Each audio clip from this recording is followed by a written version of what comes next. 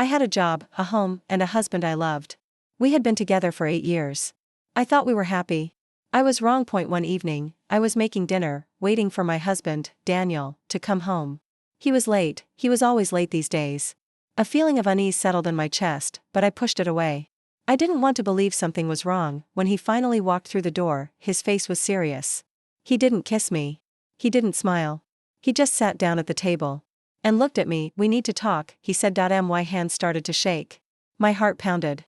I set the spoon down, my fingers suddenly cold. "What is it?"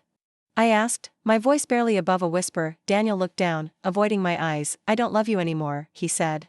His voice was quiet, but his words were deafening. The ground beneath me seemed to vanish. My chest tightened.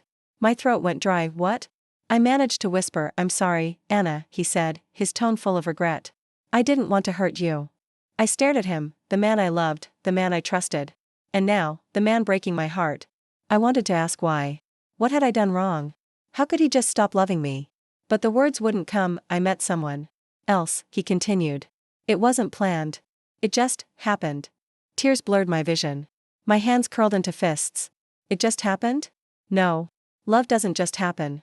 Betrayal doesn't just happen. I stood up, unable to sit still any longer. "So what now?" My voice trembled. Daniel sighed. "I'm leaving." And just like that, my world collapsed. I watched from the couch as he packed his bags. Silent. Motionless. Tears streamed down my face, but I didn't wipe them away. He took his clothes, his books, his watch, pieces of our life together. I wanted to scream. I wanted to throw his things out the window. I wanted to beg him to stay. But I did nothing. He stood by the door. "I'm really sorry," he said again. I didn't respond. He let out a sigh, then opened the door and walked out. I sat there, frozen. I heard his car start. I listened as he drove away. And then, silence. The kind of silence that seeps into your bones.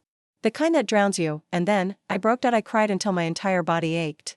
Hugging my knees, I rocked back and forth, my heart unbearably heavy. I cried until my head throbbed, my throat burned, until there were no more tears left. Then, I sat there, in the dark, alone. The next morning, for a fleeting second, I forgot. I reached for Daniel's side of the bed, empty. And then it hit me. The pain, sharp and suffocating, like a knife to the chest. I got up and wandered through the house. His things were gone. His scent had faded. But his presence lingered. His empty chair at the table. His coffee mug in the sink. His slippers by the door. Everywhere I looked, he was there. And yet, he wasn't. I stepped into the bathroom and caught my reflection in the mirror. My face was pale, my eyes swollen and red. I looked like a stranger. My fingers brushed against my wedding ring. I couldn't take it off. Not yet. I was alone. The days that followed were the hardest. Food lost its taste. Sleep became impossible. Every time I closed my eyes, I saw him. At work, the world moved on, but I remained stuck, drowning in the remnants of a love that was no longer mine. I pretended to be fine. I smiled at my coworkers, answered emails, and went through the motions of my day. But inside, I was shattered. People told me, "You'll be okay." But I didn't believe them. The nights were the hardest. The bed felt too big, the silence too heavy.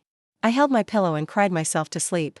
Some nights, I picked up my phone, my fingers hovering over his name, wanting to text him. But I didn't. Because I knew, he was with her now. One day, I went to the store. As I walked past a coffee shop, I saw him and Daniel. He was sitting at a table with a woman. She was young. Beautiful. She laughed at something he said, and he smiled, really smiled. He looked happy. My stomach twisted. My hands turned ice cold. I wanted to run. I wanted to scream. But I just stood there, watching. Then he looked up. Our eyes met for a moment. I saw something in his face, shock, guilt, maybe even pity. I didn't wait to find out. I turned and walked away. Tears burned my eyes, but I didn't cry. Not this time. I walked faster. Then I ran. I ran until my legs ached, until my chest felt like it would burst. When I got home, I locked the door, sank to the floor, and finally let myself cry. But this time, the tears felt different, because I knew Daniel was gone. And I had to let him go. The next morning, I took off my wedding ring. I made myself breakfast. I drank coffee. I sat by the window and watched the sunrise. It still hurt. It would hurt for a long time. But I refused to let this pain destroy me. One day, I would be happy again. One day, I would wake up and not think of him first. One day, I would love again. But today, I would survive. Thank you for listening to this story. Life is full of difficult moments, but every ending is also a new beginning. No matter how deep the pain, time will heal, and happiness will come again. If you enjoyed this story, please like, share, and subscribe for more emotional stories. Your support means the world. See you in the next story.